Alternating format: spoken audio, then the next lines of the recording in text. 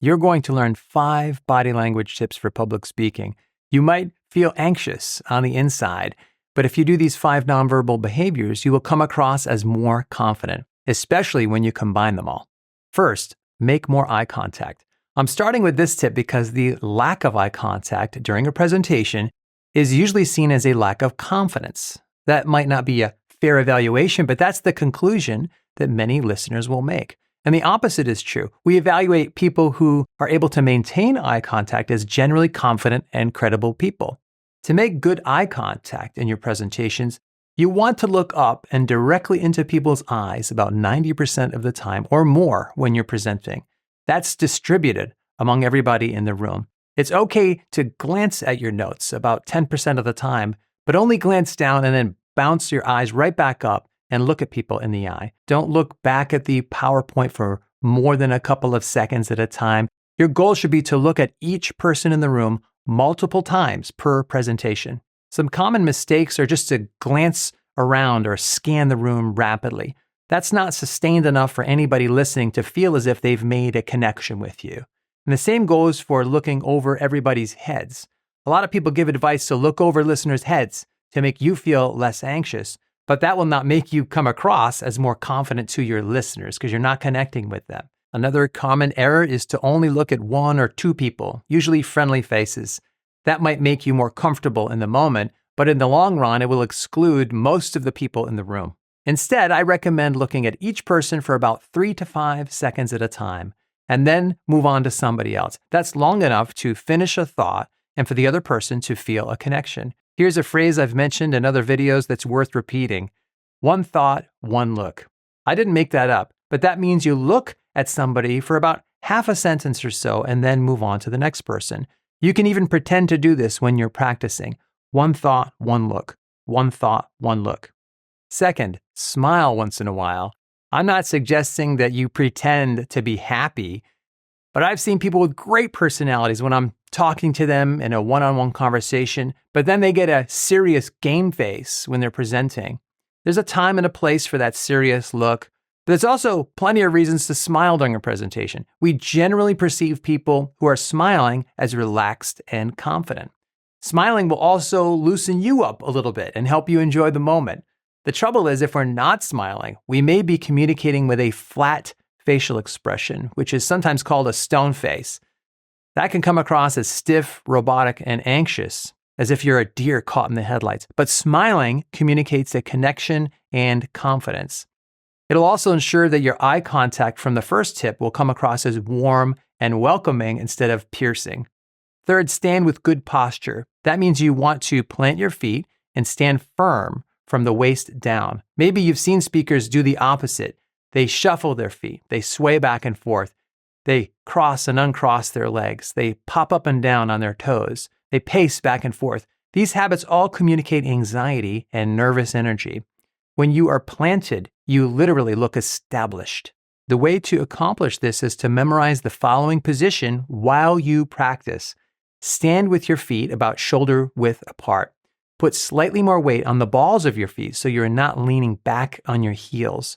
Balance your weight equally on both legs. Don't lean or push one hip out to the side. And stand up straight with your shoulders back a bit. We call this the ready position. It looks confident. And make sure your knees are a little bit soft so they are not completely locked.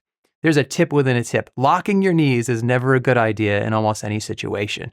And I recommend you essentially memorize what this ready position feels like as you practice, so that if you find yourself doing some of the other bad habits I mentioned, you can instantly reset yourself into the ready position. A question I often get is it okay to walk around as you present? Well, if you're walking with a purpose, yes, that looks confident. But if you're just pacing like a tiger in a cage because you're nervous, then no. Walking with a purpose might mean you walk to the other side of the speaking area to connect with listeners over there, but then you stop walking, face them, and get your lower body in that ready position again and talk for another minute or so before walking with a purpose again. So pacing and walking with a purpose are not the same thing. Fourth, use hand gestures. I mentioned that you want to be firmly planted from the waist down most of the time, but from the waist up, you can be more animated. This is mainly about gesturing with your hands, your arms, your shoulders. Now, speakers do all sorts of distracting behaviors with their hands that don't look confident. Don't wring your hands or keep them in your pockets. Don't put them on your hips or behind your back. Don't hold yourself or cross your arms. Don't hold objects like a pen. If there's an object in your hand that serves no purpose, you will start to fidget with it, and fidgeting does not create the impression of confidence. Instead of all this, find a comfortable home base for your hands. The best home base is to keep your hands loosely together, right about at waist level, as if you're holding a can of soda. Don't let them creep up. Keep them loose, and then just make small gestures about once every sentence or so. That's all you need to do to get started. Just let your hands go to add emphasis to whatever you're saying. Easygoing gestures like this, you can do with one hand or both hands. They look confident and composed. And don't swing your arms all around unless you know what you're doing. This home base is an ideal position for gestures. The second best home base is to keep your hands relaxed by your side. Not everybody gestures as naturally from here, but if it works for you, then that's another option for your home base. Just relax your hands by your side when you're not gesturing, and then gesture to add emphasis. Fifth, pause to let your ideas sink in. Pauses are not technically body language yet, but there's an important nonverbal part to this that I'll explain. But let's talk about the opposite for a moment. Anxious people rush through their words. Anxious people speak in long, run-on sentences that blur everything together. This anxious pace ends up spilling over into all your other nonverbals and body language behavior.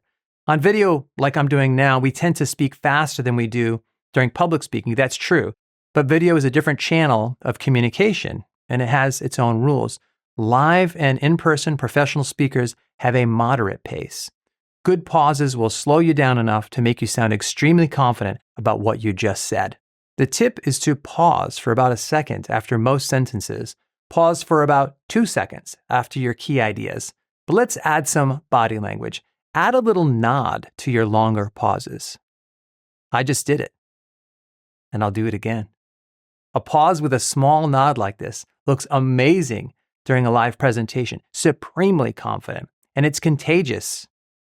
It has a persuasive impact. When you pause and nod, you will almost always see members of your audience begin to nod along with you. Now I'm going to get a little fired up as we look at this entire list. I don't care how nervous you feel on the inside. If you're making sustained eye contact, one thought, one look, if you're smiling to warm up your facial expression, if you're standing firmly with good posture, if you're gesturing comfortably about once every sentence or so, and if you're pausing consistently to regulate your pace and adding a nod once in a while, I don't care how anxious you may feel, you're going to come across as a confident speaker, especially if you do them all. Now, the key is to practice like this behind the scenes. If you make these habits while you practice, you'll be more likely to do them during the actual presentation. Feel free to take a look at all the free resources on my website and downloads and a free class. Leave a comment below with your own thoughts and questions. Until next time, thanks, God bless, and I'll see you soon.